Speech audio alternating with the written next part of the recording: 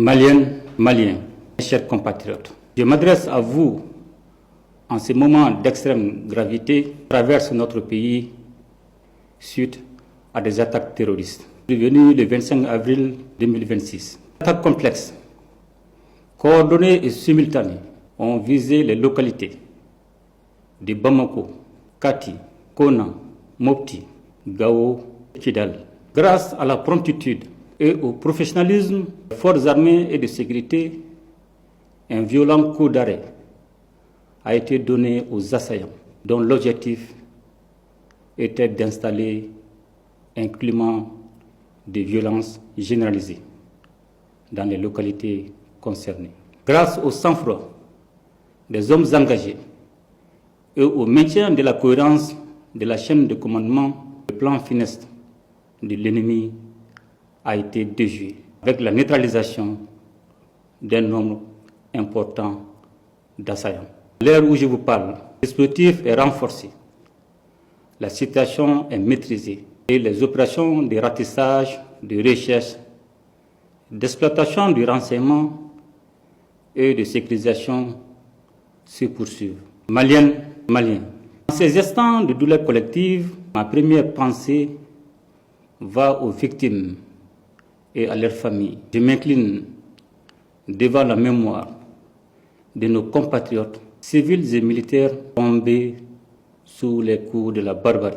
J'adresse au nom de la nation tout entière les condoléances les plus attristées aux familles endeuillées et exprime ma compassion aux blessés. C'est avec une grande peine que je tiens à rendre un vibrant hommage à notre regretté ministre d'État, ministre de la Défense et des anciens combattants, général de corps d'armée, Sadio Kamara, dont la disparition constitue une perte immense pour la nation malienne. Ce valeureux officier a servi le Mali avec loyauté, courage et dignité, avec un sens élevé du devoir à un moment où notre pays est engagé dans une lutte acharnée contre le terrorisme. À sa famille, ses proches, ses collaborateurs et à l'ensemble des forces armées et de sécurité, j'adresse la compassion et la solidarité de la nation. Son engagement restera gravé dans la mémoire collective et son sacrifice nous oblige. Qu'Allah lui accorde sa grâce infinie. Chers compatriotes, ces attaques ne sont pas des faits isolés, elles s'inscrivent dans un vaste plan de déstabilisation conçu et exécuté par les groupes armés terroristes et les sponsors internes et externes qui leur fournissent du renseignement et des moyens logistiques. C'est le lieu de raffirmer la ferme volonté du Mali de maintenir le cap de sa refondation. Notre peuple a fait un choix, celui de la souveraineté et de la dignité qui symbolise la prise en main de son destin. Ce choix est l'expression d'une volonté nationale affirmée et assumée. Il a un prix et nous en sommes conscients. Bien que dur par sa nature, ce choix est le seul chemin qui vaille si nous voulons offrir à nos enfants un avenir libre, juste et prospère. Maliennes, Maliens, les épreuves que nous traversons en ces temps difficiles sont en réalité que des embûches sur la voie noble qui mène à la prospérité. Nous devons garder à l'esprit que c'est dans l'épreuve qu'une nation doit conforter sa cohésion et son unité. Un sursaut national est aujourd'hui indispensable et nous devons tous, comme un seul homme, nous ériger contre la division et la fracture sociale. Chers compatriotes, plus que jamais, moment de faire confiance à vos forces armées et de sécurité, engagées dans une lutte complexe contre le terrorisme. Les opérations se poursuivront jusqu'à la neutralisation complète des groupes impliqués et le rétablissement durable de la sécurité sur l'ensemble du territoire national.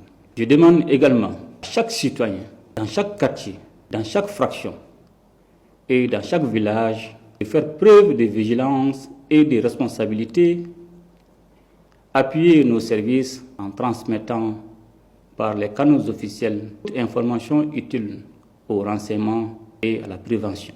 C'est pourquoi je vous exhorte aussi à ne pas céder aux rumeurs, aux messages d'affolement ni aux manipulations. Par ces temps qui courent, la désinformation peut devenir une arme au service des terroristes. Le Mali a besoin de lucidité et non de panique. Je salue, en cette circonstance, la synergie d'action au sein de la Confédération des États du Sahel, dont la force unifiée œuvre sans relâche à la pacification de notre espace. Je tiens également à reconnaître la qualité de la coopération avec nos partenaires stratégiques, notamment la Fédération de Russie.